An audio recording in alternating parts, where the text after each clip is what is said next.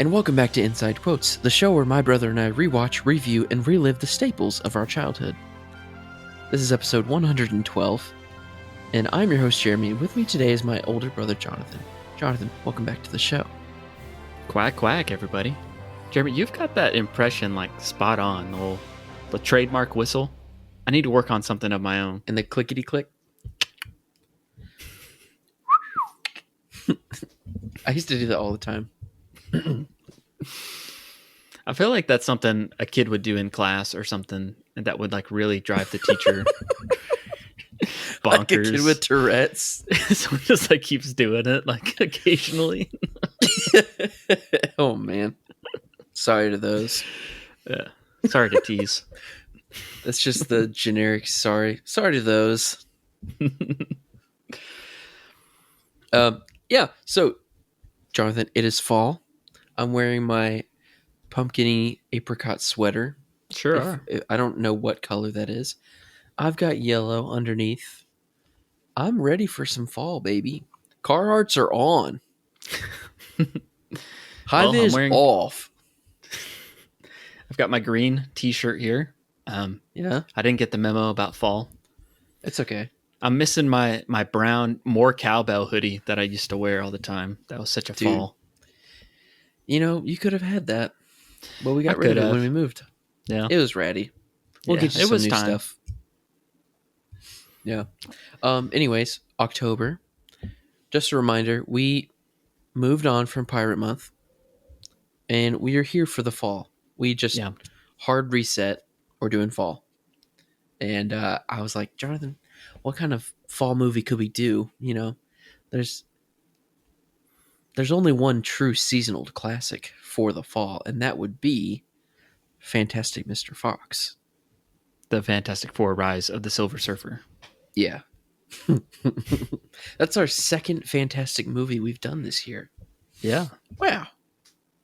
Now, next week we'll do Captain Fantastic with Viggo Mortensen. Okay. Ooh, I feel like there's another I'm also drinking a Halloween fall beverage of the year, the Mountain Dew Zero Voodoo.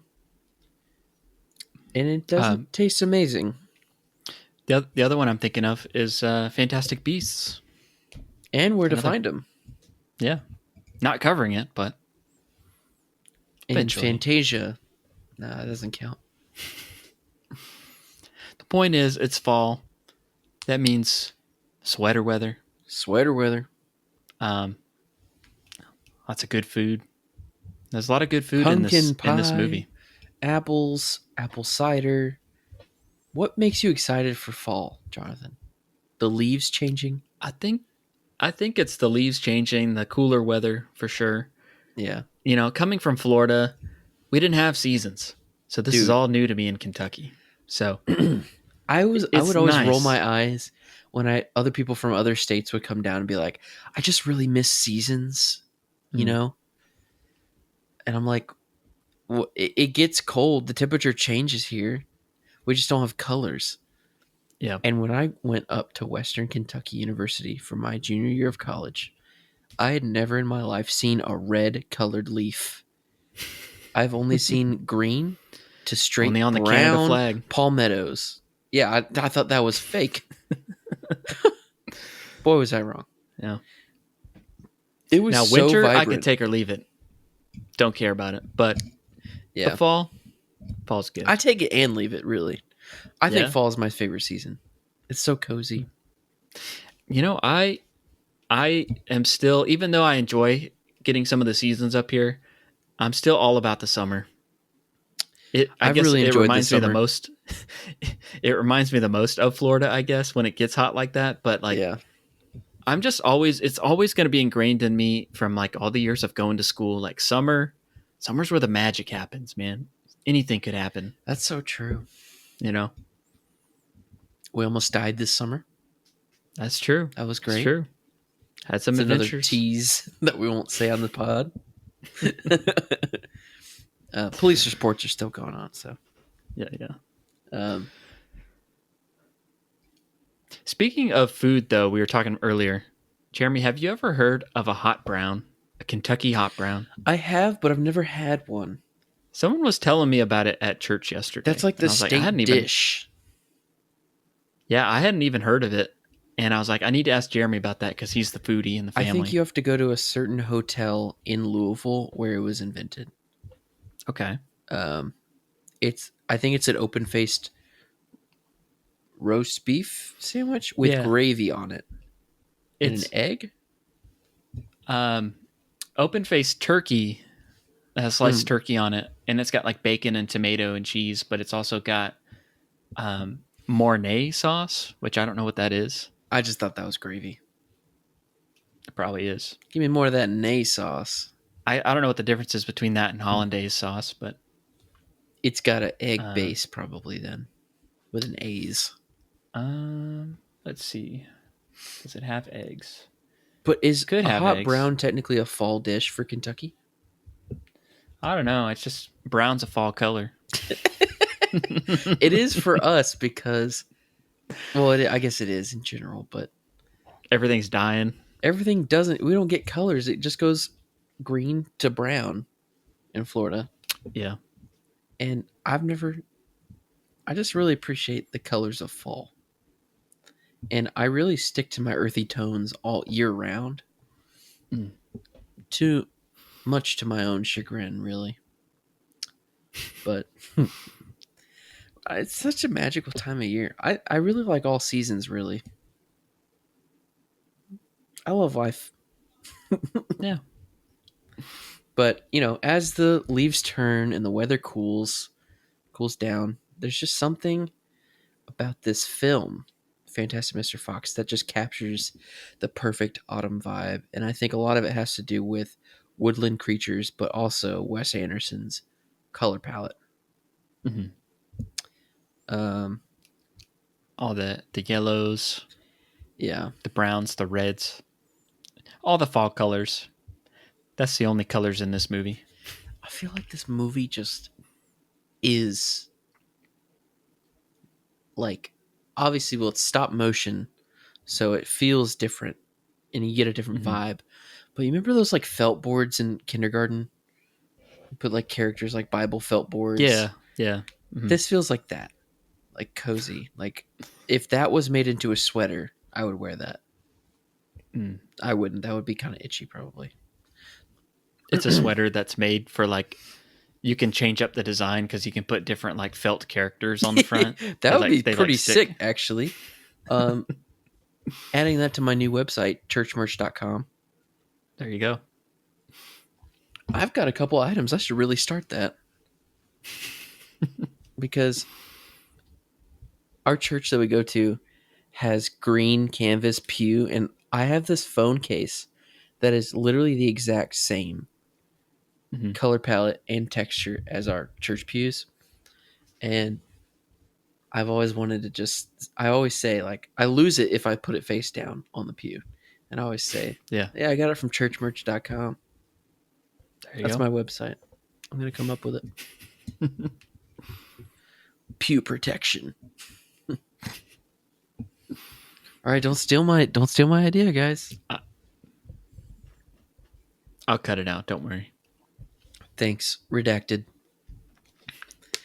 But yeah, no. So, is that the only reason? Basically, it just has fall vibes for you, as to why you wanted to cover this movie. Well, I love woodland creatures. It all derives from our love of the Redwall series growing up, and anamorphic, humanistic.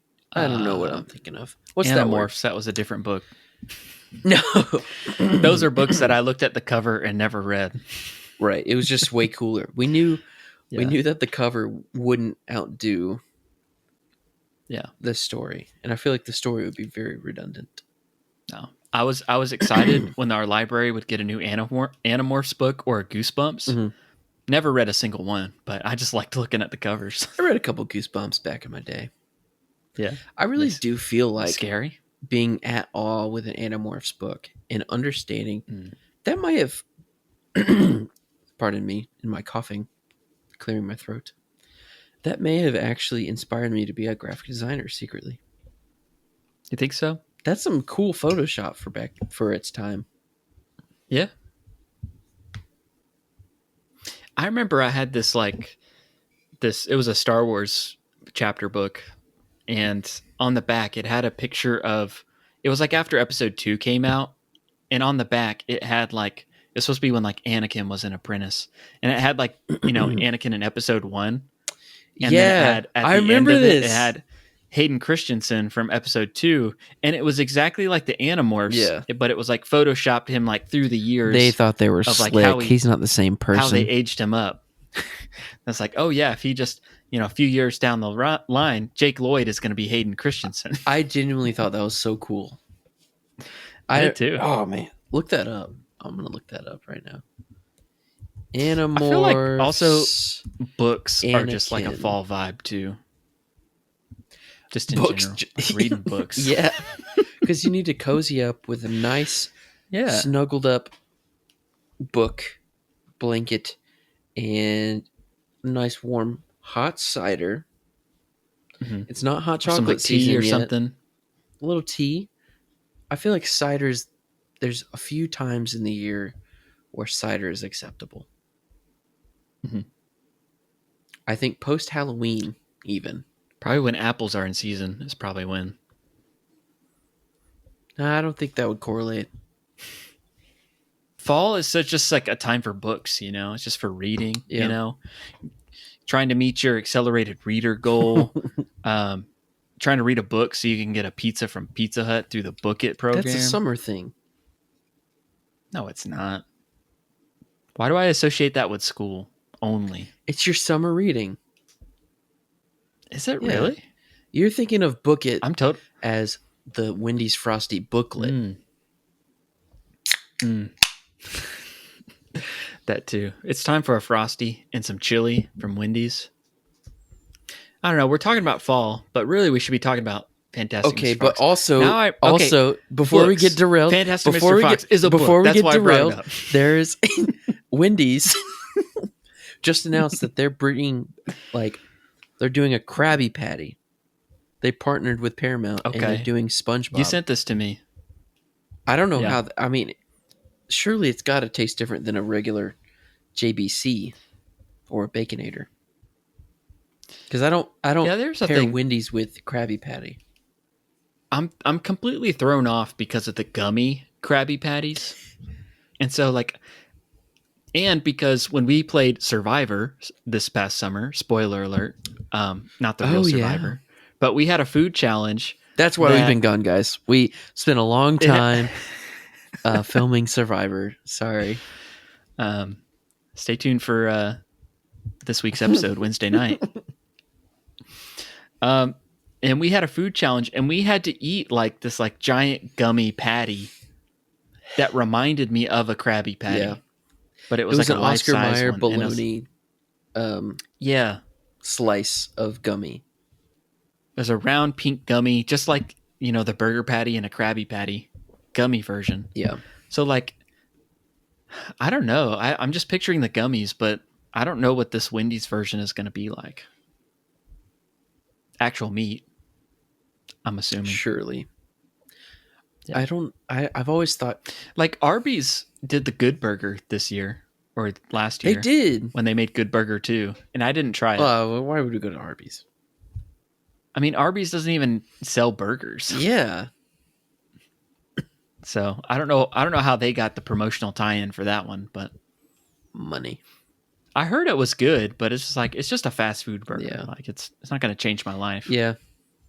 I might still try it. We'll see. Anyways, I just wanted to point that out. But Wendy's is definitely the fall fast food joint of all the fast food joints. Think McDonald's is summer. I think so. It wouldn't be like a KFC or something? Absolutely not. Or Boston Market though. That's Thanksgiving not really food. Fast food, and it's also out of business. Mostly. There's a couple left. Listeners, if you've ever been to a Boston Market, good on you.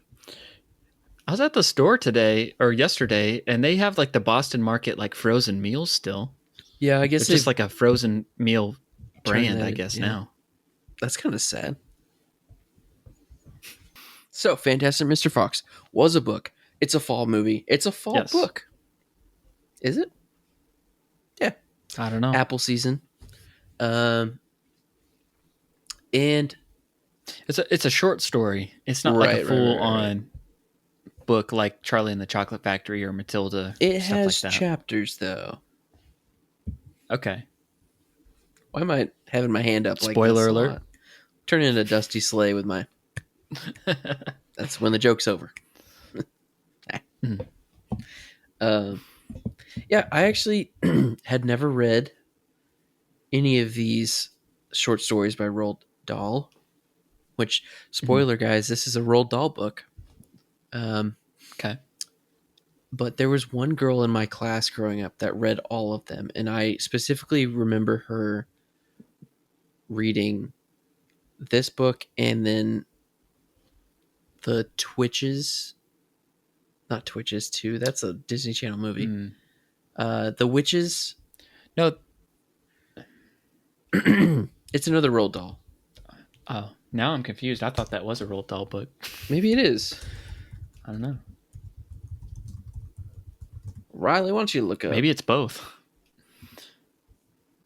It's called The Witches. I remember. It's just called The Witches. And yeah, I exclusively remember her talking to her and be like, yeah, it's the same guy that wrote Charlie and the Chocolate Factory. I was like, what? And I never read it. Yeah. And this is one of his first works too, like before he wrote Charlie and the Chocolate Factory, like his simpler short stories from his early days of writing. I think he wrote this in the 70s, right? Well, yeah, I mean, Charlie and the Chocolate Factory was, yeah, they were all in the 70s. He died in like 1990, so yeah, a lot of what he wrote was 70s and 80s and before that even. He lived a very interesting life. Yeah? Yeah. He was like a World War I like war pilot and stuff. Like that's crazy. That's really old. He has two. I remember reading one of his books. It was called Boy, and it was like memoirs from his childhood. Okay. I remember some of the short stories from that. And then he also has another one, which I haven't read, but it was called Going Solo. And that was kind of some of his like war years in Africa, which I've been wanting to read that one. Okay. First of all, you forget about how much of a lineup this guy has. Also, Jonathan, I think we're getting The Witches mixed up with his other book called The Twits. The Twits, that's it. Yeah, I read that one. Okay. I had that one. And Twitches and Twitches 2 are Disney Channel original movies. There we go. Irrelevant. Gotcha. So, if you're unaware of Fantastic Mr. Fox and the story of that, it is about Mr. Fox and his wife, Mrs. Fox. And Mr. Fox is an old retired chicken thief, like most foxes are. And the whole story is about him battling his whole new life with his past life and him being content with his new life. Well, failing to be content with his new life. Because deep down, he's still a chicken thief. And he was for a while, about 12 Fox years. 12 Fox years, yeah. I can't... See, I want to talk about us being film critics and like talking about Wes Anderson's style and like the animation style, but like I don't know, it's something you got to see for yourself. Yeah, so when this movie came out, I didn't see this in theaters, but for whatever reason it was on my radar cuz I was in high school, but I had recently gone to Blake to do like the TV production program. Howard W. Blake High School in Tampa, Florida, if you're wondering. Yes. Not some guy named Blake. So I was like, Blake High School. And so I remember like I was learning a lot about like video editing and stuff like that, kind of learning some of that stuff. And I had a friend in your class film era, if you will. Yes. And just like kind of getting into some of those like early well, some of the other like Wes Anderson films and stuff like that. I kind of started watching them. And so I thought this was like really weird. I was like, why is he doing this like kids movie? This is weird to me. And also I had a friend at that time that was like really into like making stop motion animations and stuff like that, like claymation and things like that at school. So I remember him like kind of talking about it and like saying like, this was actually like really good. But yeah, this is one of like, there's a few movies that are like when like a film director that usually makes like R-rated movies does a kids movie or at least does like a PG rated movie. And this is one I always think of. Martin Scorsese did the movie Hugo. That's another one around this time. That's a fall movie, even though I don't really like it. Oh, that's like a Christmas movie to me. It's a Christmas movie. Okay. Kind of. I feel like it's more wintry. It's more of a winter sport. I'm probably going to love Hugo next time I watch it. I just didn't want to. Mm-hmm. When you make up your mind about a movie, you never want to give in to watching Actually, I looked up a list the other day of R-rated directors making kids movies. Popeye is actually on that list. Really? The director, Robert Altman. That's like really the only like family-friendly movie he's made was Popeye. The movie Millions. Yeah, but what other movies did Robert Altman do, though? I'm not even that familiar with them. Oh, okay. Yeah. Millions, that Good was one. The director Danny Boyle. Which he's also done. I recognize that. Slumdog Millionaire, 127 Hours. Oh, yeah. 28 Days Later, I think. Actually, they're doing a 28 Years Later legacy sequel is coming out next year. I think next year's going to be a good year for movies. Like, even the sequels look good. Yeah, 2024 was like, I was actually like, bleh. I was like depressed. I was like, man, I want to go to the theater more, but there's like nothing I care about. Okay, Legend of the Guardians, Owls of Ga'Hoole. Okay. That was Zack Snyder. Was it really? Like, he made that. Release the Snyder cut of Guardians for real. Of Ga'Hoole. I remember Mom hating that. Well, not hating it, but being upset that it didn't follow the book at all. And it's not even that much of a book. They're tiny. Guardians of Ga'Hoole. Yeah. Speed Racer. The Wachowskis who made like the Matrix movies. That makes sense visually. Okay. I've not seen Speed Racer, but like a lot of like film like essayists on YouTube, aka like Patrick Willems, they talk about Speed Racer a lot. Really? Of like how visually like amazing it is, and it's like very misunderstood. Okay. And it's made me want to watch it. Where the Wild Things Are, Spike Jonze. Yeah. That movie, did not care for. I was bored to tears in that movie. You cried? Yeah, to tears. You cried to tears. I cried to tears in that movie. Because it was something like you could tell it wasn't really made for kids. It was like they're trying to do some weird artsy stuff with it, and it was like I didn't care for it. Yeah. Okay, Prisoner of Azkaban, Alfonso Cuarón, like that's him dipping into like, and that's a good fall movie too. Yeah, I guess all Harry Potters are. Guy Ritchie made the Aladdin live action remake. Oh, okay, that doesn't count. That's not a real movie though. Yeah, I don't know. I just think it's interesting. There's like a whole list of like these directors that like dip their toes into like family friendly movies that typically aren't. I wonder what the story behind that is. Like if it was purely a money thing or if it was a passion project of their grandchildren or their kids or something. Yeah. I don't know. It could just be the story appealed to them. Yeah. I remember when that Bruce Willis movie came out, The Kid. Yeah. That Disney. Do you remember seeing that one? Yeah. I remember hearing at the time, like, he made that just because he wanted to have something that his kids could see. Yeah. Because he had, like, everything else he makes isn't family friendly. I appreciate that. That was my first Bruce Willis movie. Me too. But yeah, also I don't know. I didn't do a lot of research on this one because I feel like someone had to have like pitched this idea to him because this is a shift of like him doing like stop motion also. I was pretty close on that one. Right? Getting pretty close there. It was like a shift to him doing stop motion, and he came back and did some more of that with Isle for Dogs or Isle of Dogs. Alfred Dogs. Yeah. Yeah. I really like the stop motion animated Wes Anderson. I feel like I might like it just as good as his other stuff. Mm-hmm. Yeah. And he really can tell it's still a Wes Anderson. Yeah. I cooled off too, and I'm back Wes on Anderson.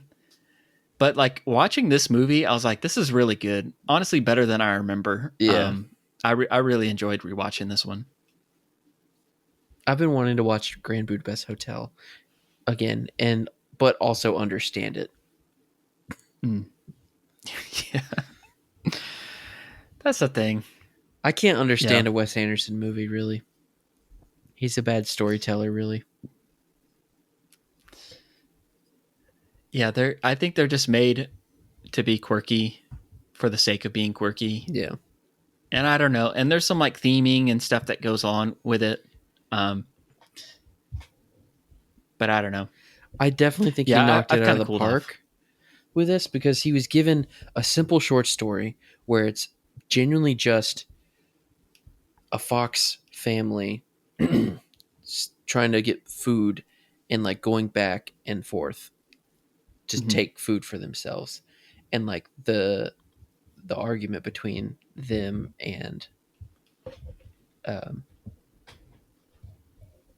not the argument, but the conflict between them and the three Bs, the farm owners. And what was the names? I want to say Borgin and Burks. But that's the shop in Harry Potter. Yeah. One of them was Beans, right? Beans. That was the Bogus, Bunce, and Bean. Bogus, Bunce, and Bean. Yeah. Yes. One was the chicken farmer, which is Bogus. He was the fat one that ate 3 per meal. And Bunce was the short one that couldn't. His feet wouldn't touch the shallow end in a pool. What did his do? Because I'm just remembering the chicken and the cider now. He had turkeys and also ducks. And then I believe the cider guy. I think that was Bean. Bean, right? Yeah, he was the skinny guy who did nothing but apples. I thought he did turkey and apples too, but it doesn't really matter. I wanted to ask the name because I picked a Muppet for the Muppet character of the week. And Muppets. The Muppet I picked had Bean in the name. Okay. So that's why I was trying to tie it into the movie somehow. Welcoming back this segment. Cut that. Welcoming back this segment of the show. Muppet of the Week. Jonathan, lay it on us. This week's Muppet that we're going to be highlighting on Inside Quotes is Bean Bunny. Bean Bunny. From he is Christmas like the one. Token cute. Yeah. He's like the cute bunny. He's in a Muppet Christmas Carol. It says his debut, though, was in The Tale of the Bunny Picnic. So that must be some like direct-to-video TV special that Jim Henson did or something. Maybe an SNL sketch. Let's see what it says. I still think about that all the time. Is that like the Muppets were actively on SNL? Kind of. Not the ones we know. Right, yeah. But like, it's such a weird time. It's like time. The Land of Gorp or something like that. It was an experimental time. The show hadn't found itself yet. What a weird time. It was only on season 1, but let's see. It says Bean Bunny is the designated cute character. When Kermit and the gang tired of being cute, they call. Why does this not? I can't read. Oh. When Kermit and the gang tired of being cute, they called in Bean to take some of the responsibility. He is energetic, eager to please, and annoyingly adorable. Yeah. And I'll show the picture to the audience at home here. It's like reading time in class. Yeah. Lick your fingers and turn the page. Bean had featured roles in Muppet Christmas Carol, the Muppet Vision 3D attraction. Love it. Hollywood he also Studios works part-time as a cute. Also works part-time as a cuteness consultant for children's pageants. Okay.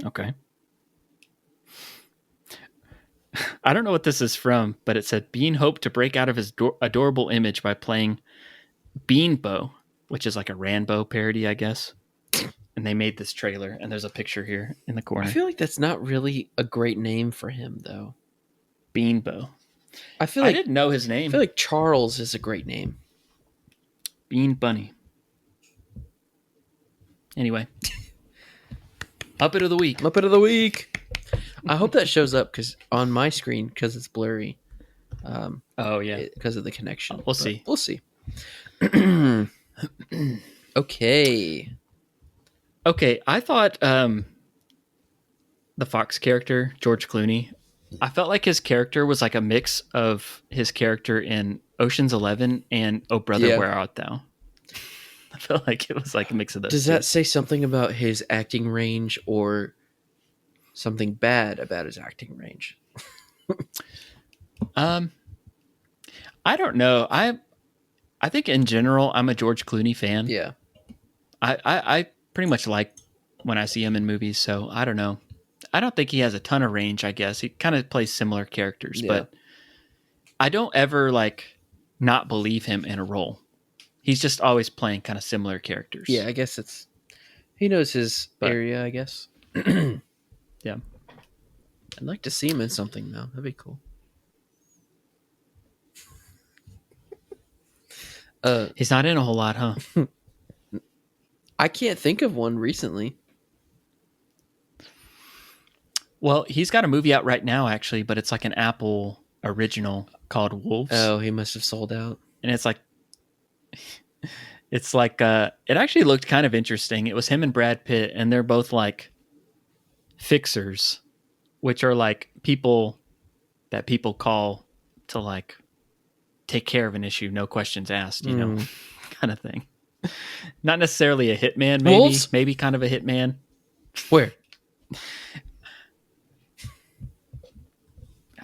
Knock it off with the wolves talk, man. It looked kind of interesting. It was from like the director that made like the Spider-Man, Tom Holland movies, which I liked. Okay. So, but maybe a little back burner action for our patrons. If you think it's good, I don't know. This movie also has some Chicken Run vibes too. Can't help it. Dude, you can't help it. I mean, it's instead of them trying to get out, they're trying to get in. Yeah. I wonder if it's the same cinematic universe, because I wonder if were there any hens that mysteriously disappeared in Chicken Run? I don't know. I haven't seen Chicken Run 2, so I don't know if it's a crossover or not.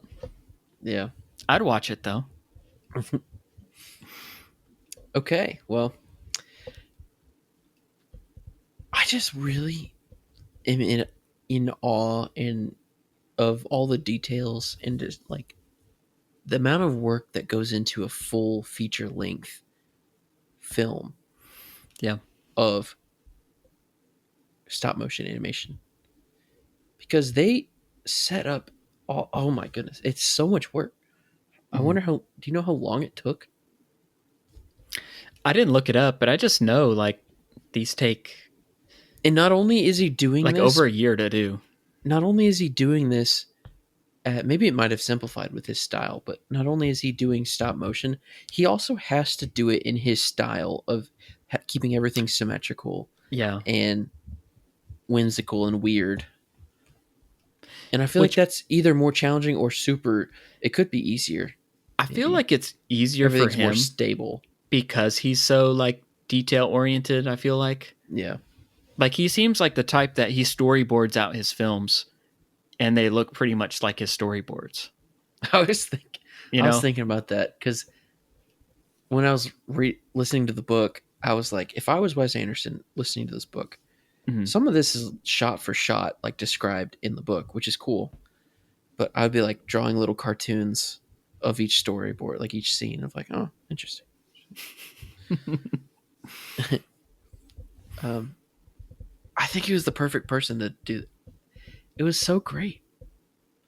And he not only did he add more to this story with his film style, but like even diving deeper into new characters and creating new characters, like all the stuff with him and his wife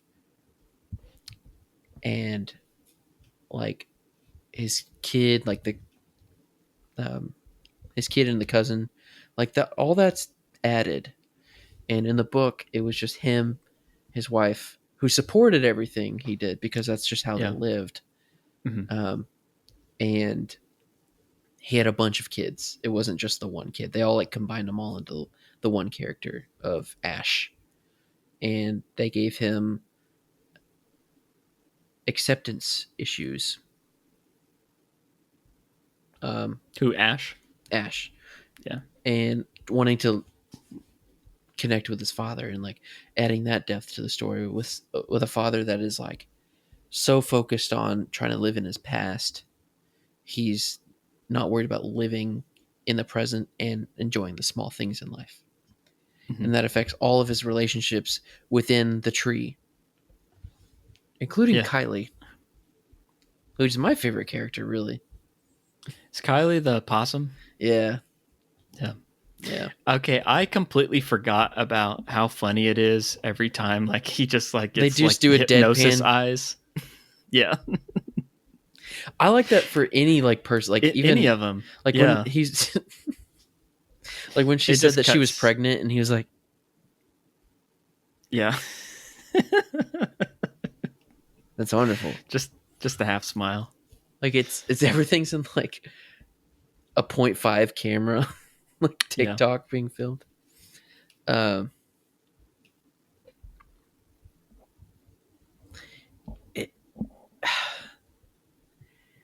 Do you think about all these different expressions and reactions to certain elements of the story, and you're like swept up, and you're like, wow, what a great movie. Then you step back and you realize this is felt. These are not real things. This isn't even it's like models that they've done. Like that's even harder than animation. It kind of blows my mind, really. Yeah, I understand the concept of, okay, you position the figures, the characters in one position, click, take a frame, move it slightly, click, click, move it again. I understand that. What blows my mind is whenever you're moving characters and moving the camera at the same time. Yes. So you like a classic example. He's always got those panning shots that go, from left to right or whatever, side to side. Yeah. And so it's just like the camera is moving side to side, yet there's characters in the frame moving at the same time. And I don't understand how anybody can like maybe they're figure just that walking out. in place. Maybe. Even like zooming in, you'd have to like take note of where you were zoomed at. Yeah, it my mind doesn't work that way. I couldn't do that. I couldn't even do like the little flip book.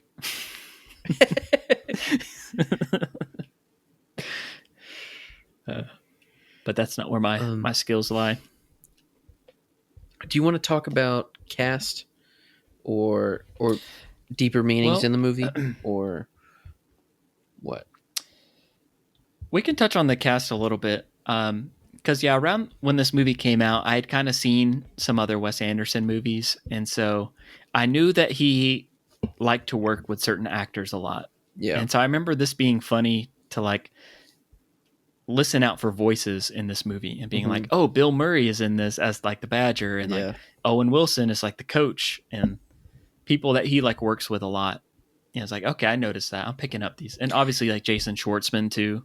Was Owen Wilson the coach? Like, was the coach a polar bear?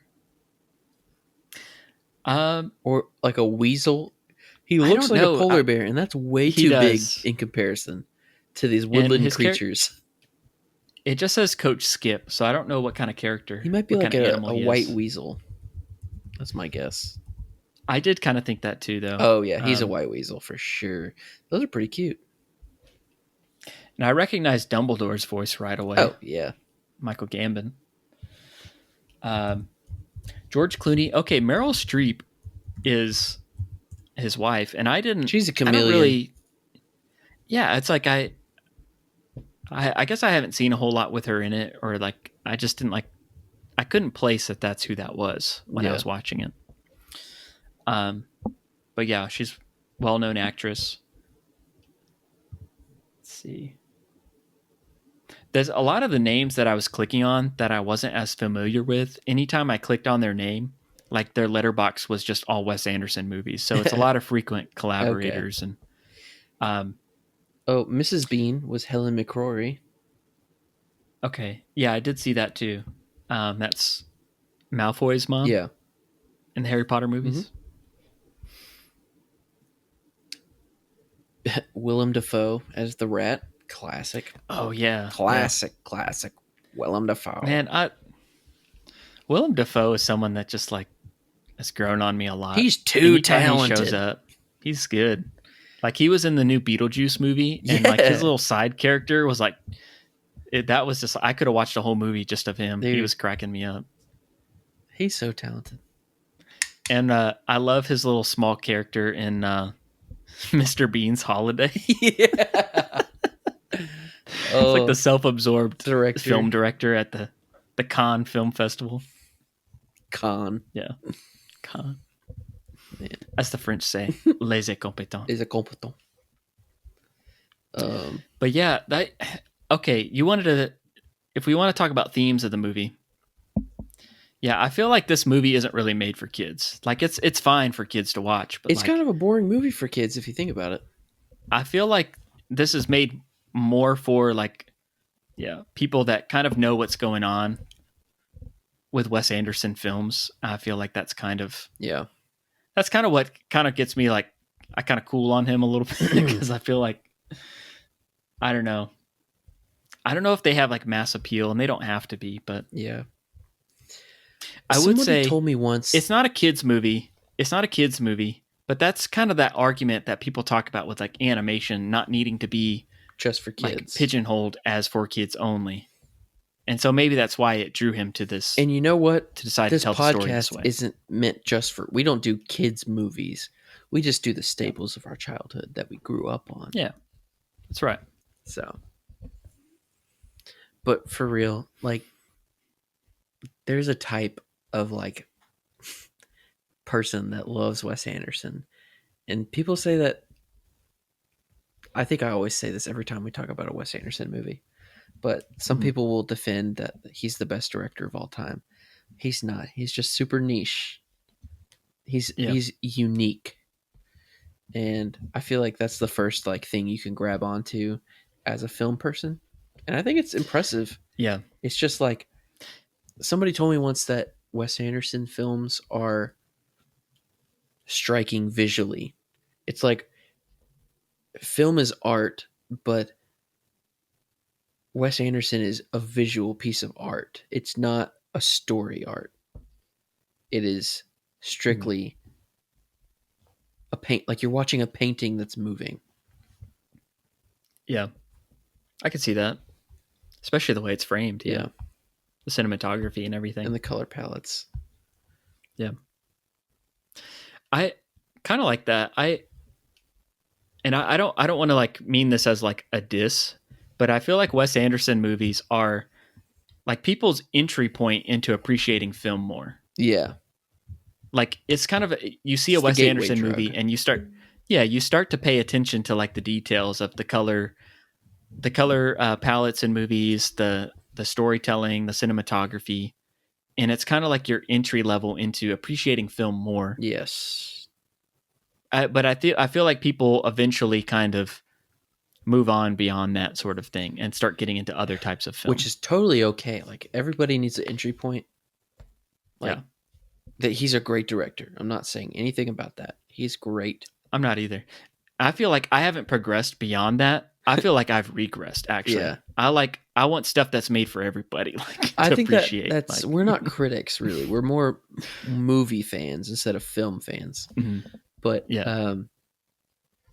just as long as you don't go from, if you call yourself a film critic, just don't go from Wes Anderson to Christopher Nolan and say you're done. Yeah. I hate Christopher Nolan movies so much.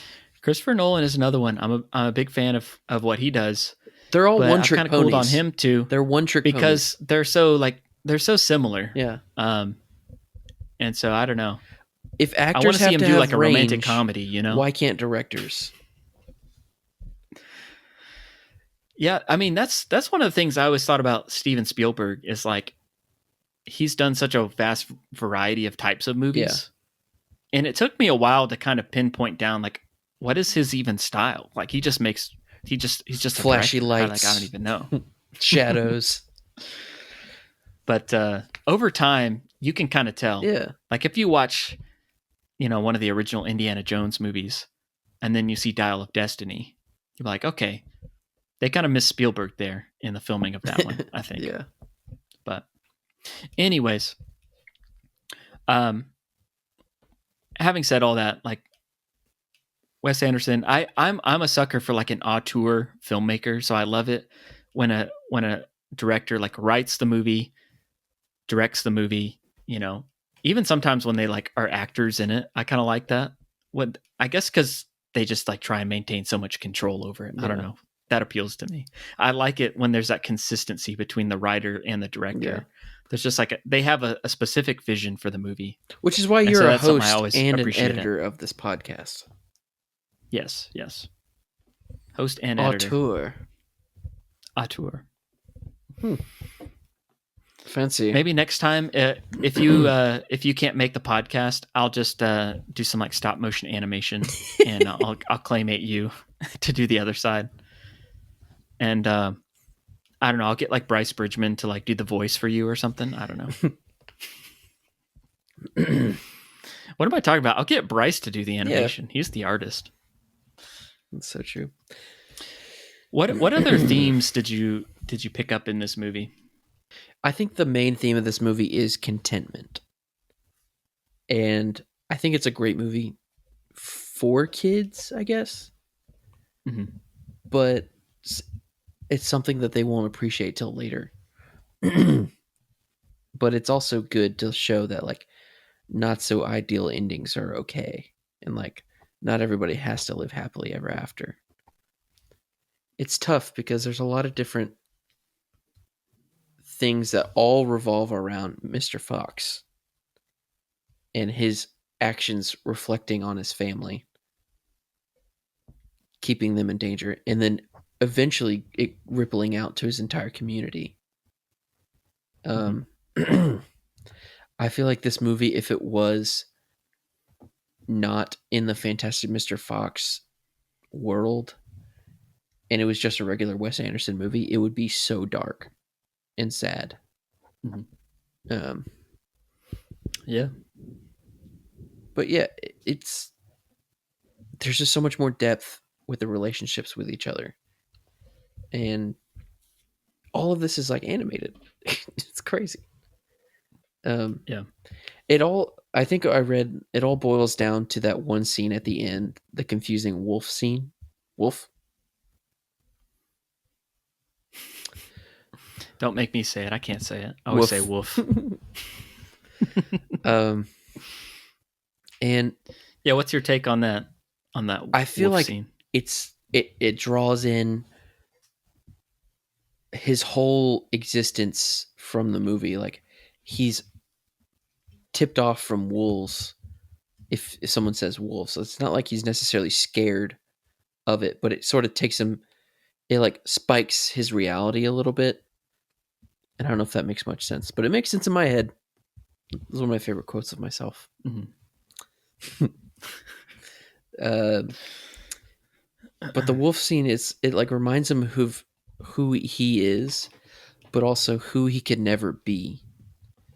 And somehow this whole movie is about him finding the perfect middle of those two ideas of he's a person, but he's also a wild animal.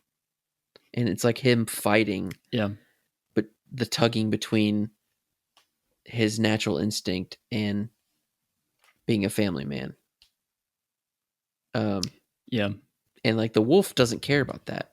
The wolf is just like, even when he was talking about, I don't know if I don't think he understands English or Latin, so he starts speaking different languages, and the wolf doesn't care. He doesn't have language. He's a wild animal.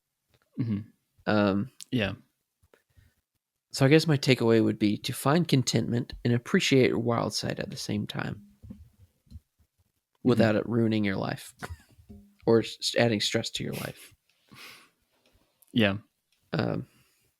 I was kind of taking the wild animal thing like two different ways. And at first I was like, ooh, I don't really like what this is having to say. Yeah. At first. But then I was kind of thinking about it more, and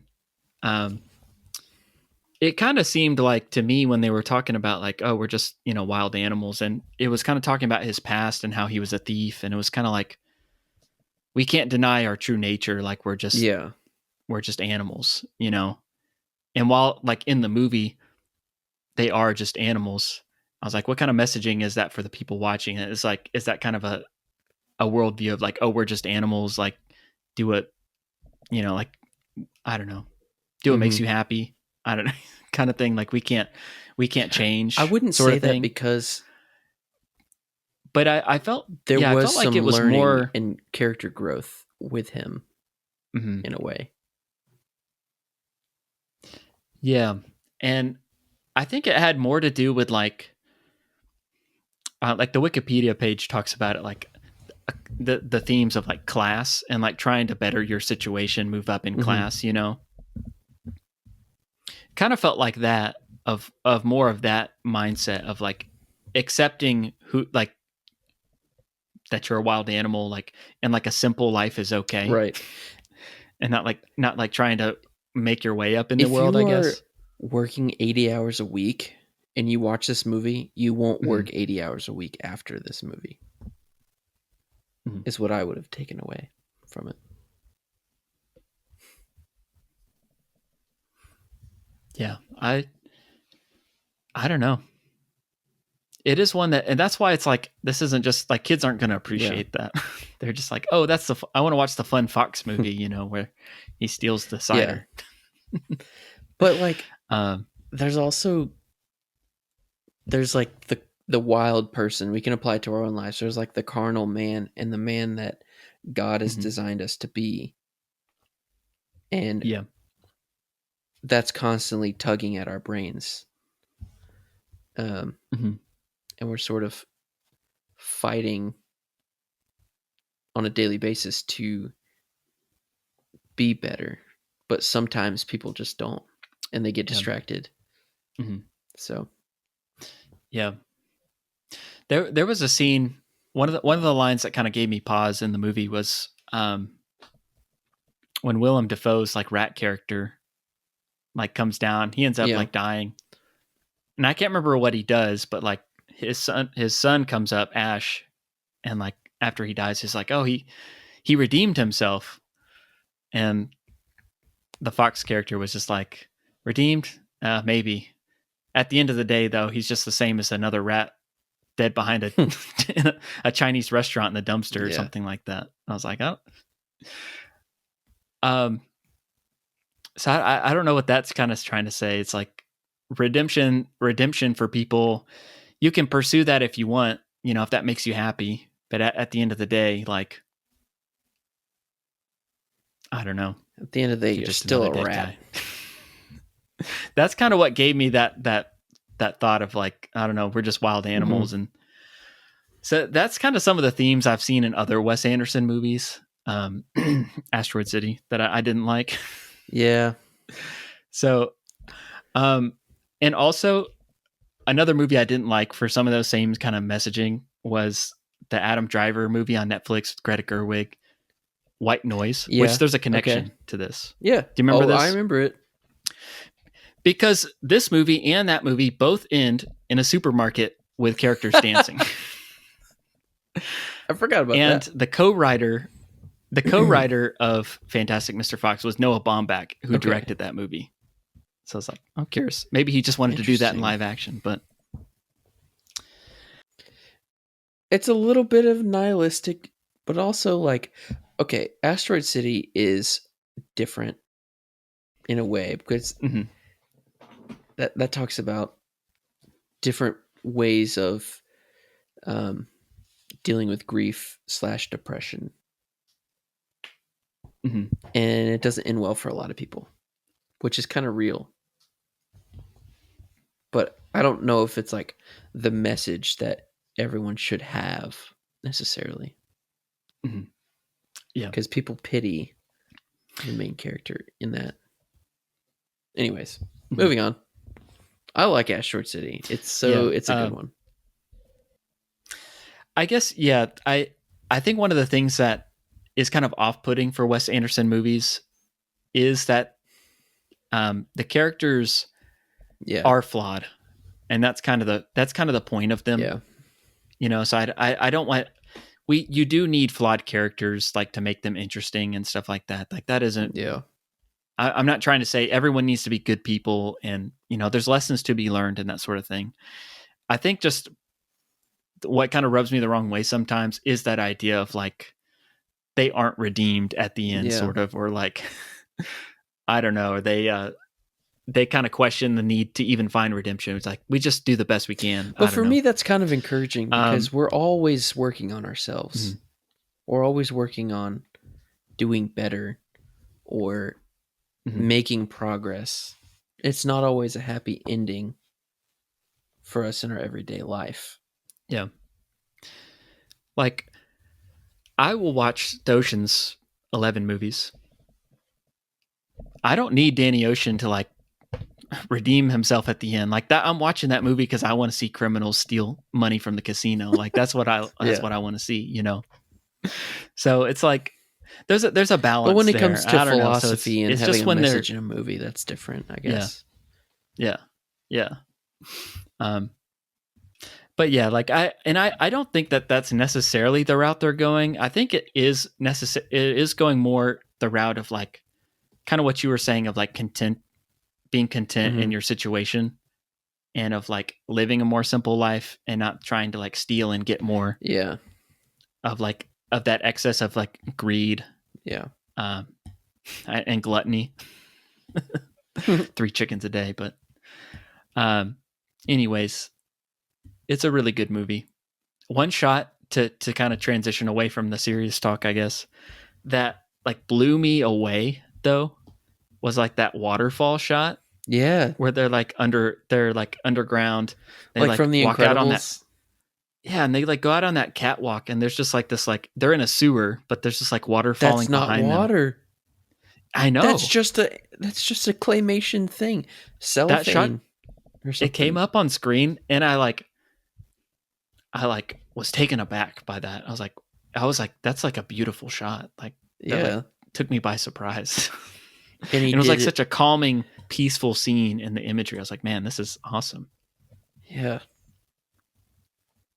Every time you see something like that, it multiplies by the fact that it was just handmade.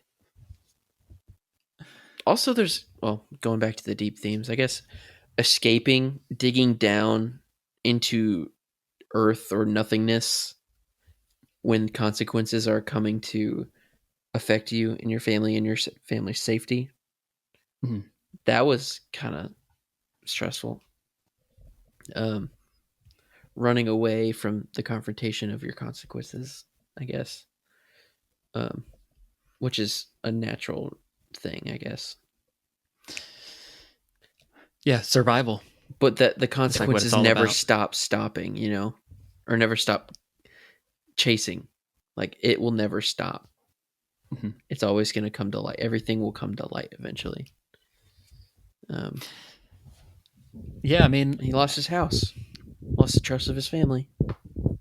I don't know. Here's a question: do you think if they, because I feel like the farmers or whatever, the owners of the different places were like, they seemed pretty convinced like they were going to keep until the job was done. They were going to keep attacking them. Yeah. But and it's not even a big deal for them. It's like he lost a couple chickens or a couple jugs of cider.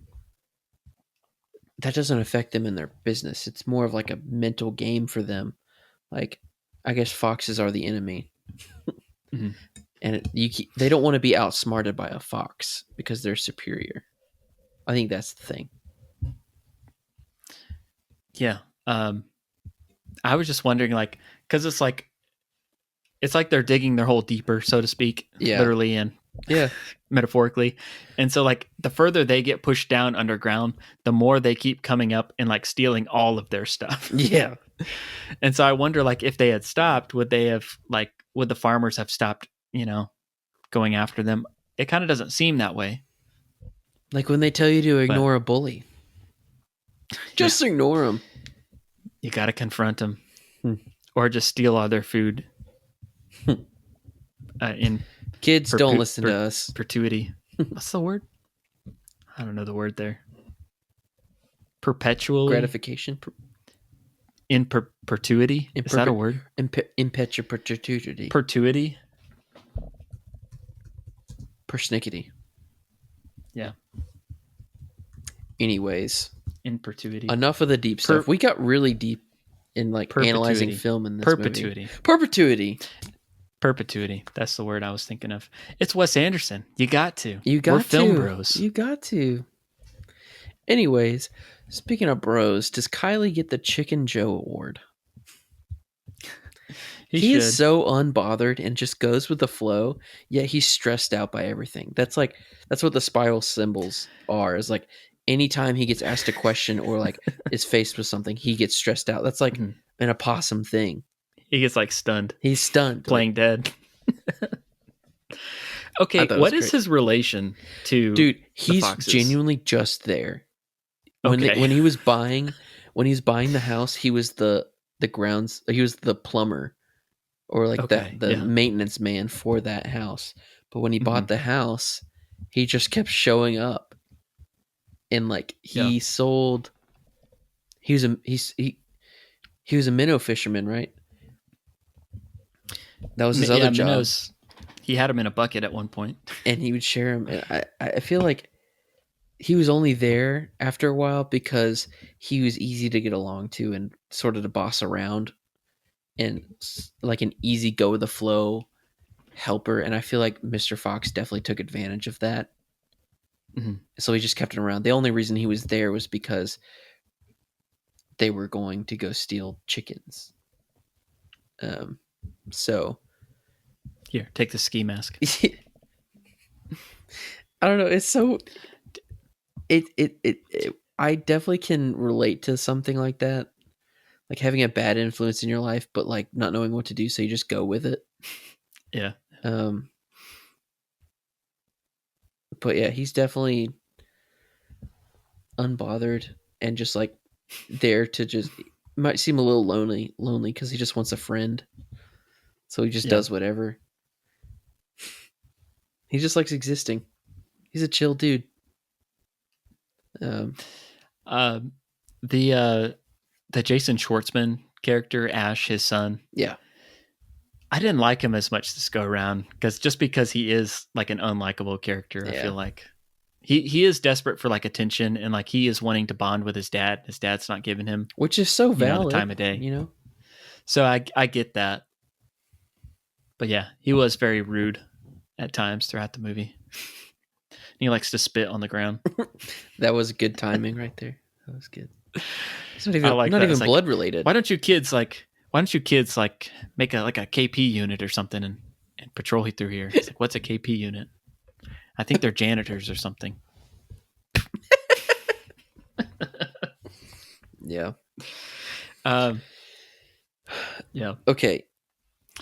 It's a good movie. It was actually a lot better than I remembered it being. I feel like I've only seen this once or twice. Yeah. And so it got better on rewatch. Soundtrack was pretty good. I liked a lot of the music. It's kind of some of the songs I'll hear on like TikTok and stuff. People will use that as a sound. Yeah. Good whimsical banjo music. Yeah. Jonathan, what's the prop of this movie? What's the prop of the week? Ooh. I did not think about this.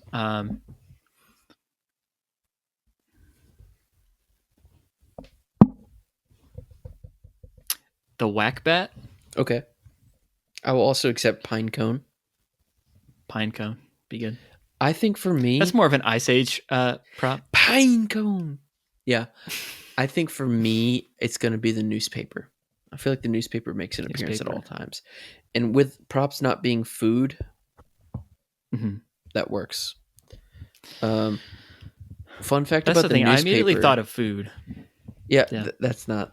We can't do that. That's against the rules. It's got to be a cinematic eat. The fun fact about the newspaper is it zooms in on an article of the newspaper of like the triad that he like eats out of the he like bites out of the newspaper. Yeah. All the other articles are just Roald Dahl books, like excerpts, like up from the book. Oh, yeah. Yeah. Like if you read the text. Yeah, that's like Fantastic Mr. Fox Easter egg. Yeah. That's cool. I didn't know that. Did we go over our favorite foods? Our cinematic eats? Well, not really. We talked a little bit about food, but we can go a little bit more. Okay. There's something about like I like the scene when they get pushed underground and then they just kind of like start this community underground. And like, I like the scene of like, they're all like working together, like cooking food together. And the Badger has a martini down there for some reason. I don't know. It almost feels like Thanksgiving. Like everyone's over and stuff. It has that kind of feel to it. Sense of community. And all the food on the table, it just looks delicious, even though it's clay or something or styrofoam, who knows, but it probably tastes good. Yeah. Okay, but nothing specific for you. I'll be honest, that cider looks pretty good. That's good. Looks good. Mine particularly is the introduction to Bean in his story, and not necessarily the apple cider, but the sparkly apple before. With the design on it? Yeah, with like the little star sparkles. Yeah. Ooh, I would eat that in a second. Core and all, too. Ooh, that's good.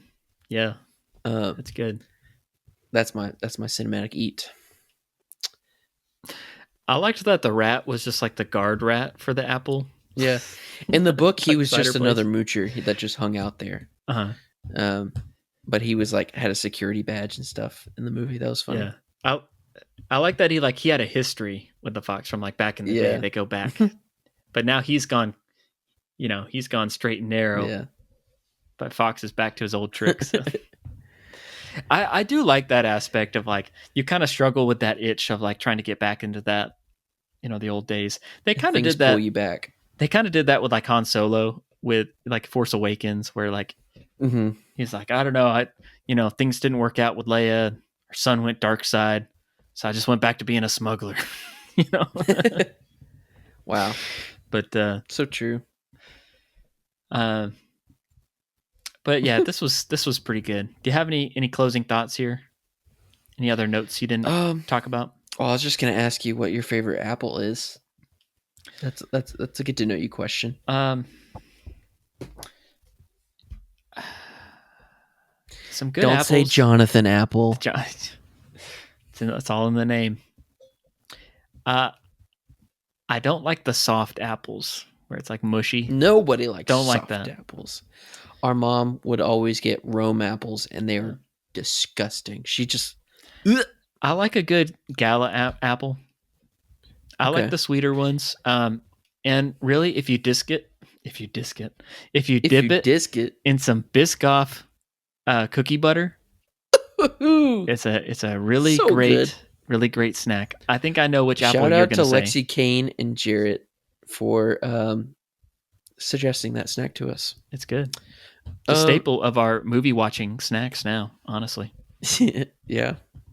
Well, obviously mine derives from this movie. My favorite cinematic eat is the apple.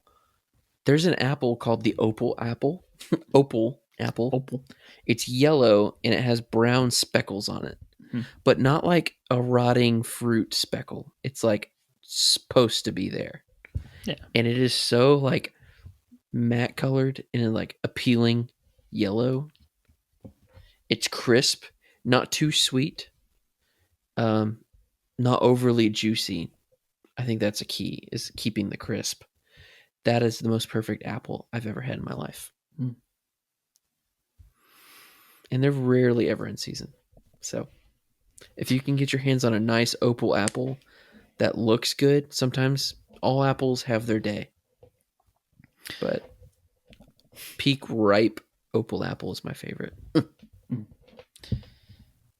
Yeah.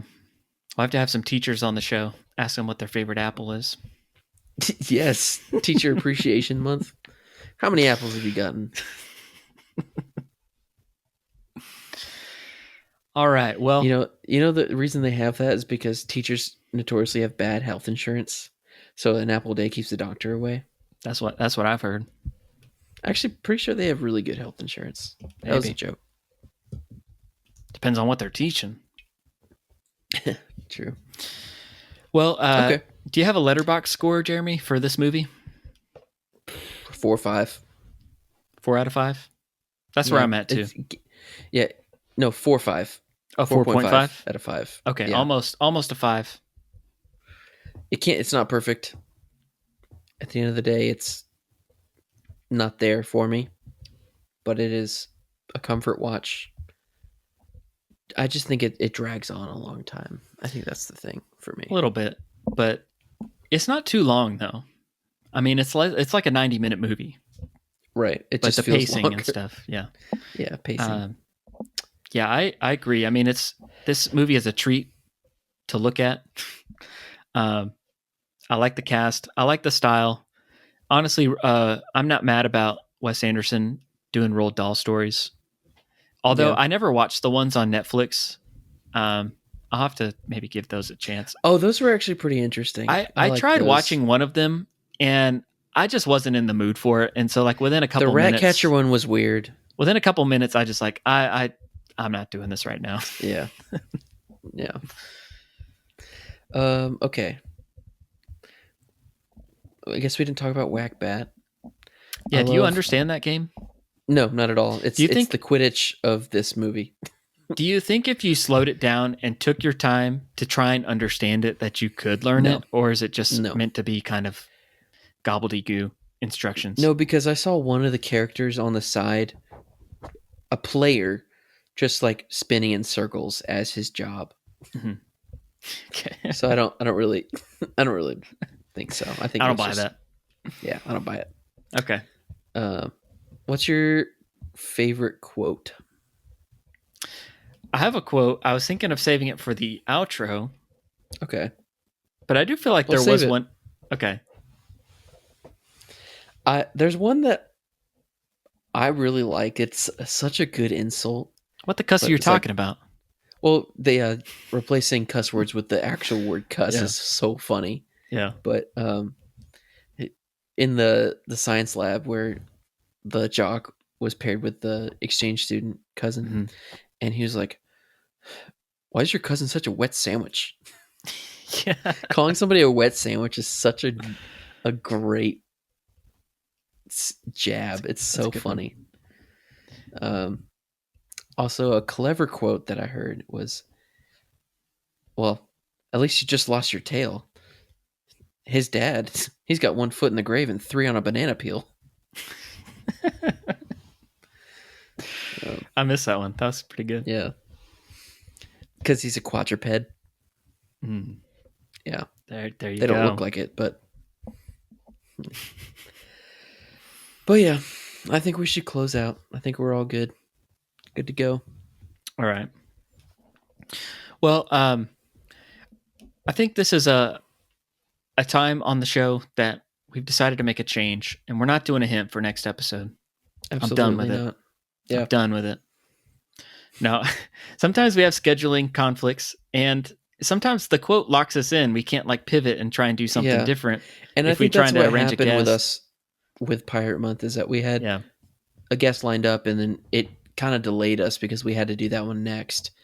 And then things happen with the weather and other things, So if we have to pivot, we've got that chance to record something else in the meantime. Yeah. But don't worry, there'll be more inside quotes coming very soon. Well, another day, another staple, everybody. Before we wrap up, we want to hear from you. What is your favorite inside quote from this movie? Leave a comment down below. Yep, Spotify has got that option to, first of all, rate us on there if you haven't. And then also you can leave a comment here on Spotify. That's a new feature. We even added video for our Jonah episode. So if you want to watch that on Spotify, you can. We're trying something new here. Finally, we're just experimenting. Video. And I think in the next couple episodes, we'll ramp up our video. Yeah, we're just looks. Inside Quotes is the podcast that is sometimes video. Yeah. But also, we'd love it if you checked out our Patreon page.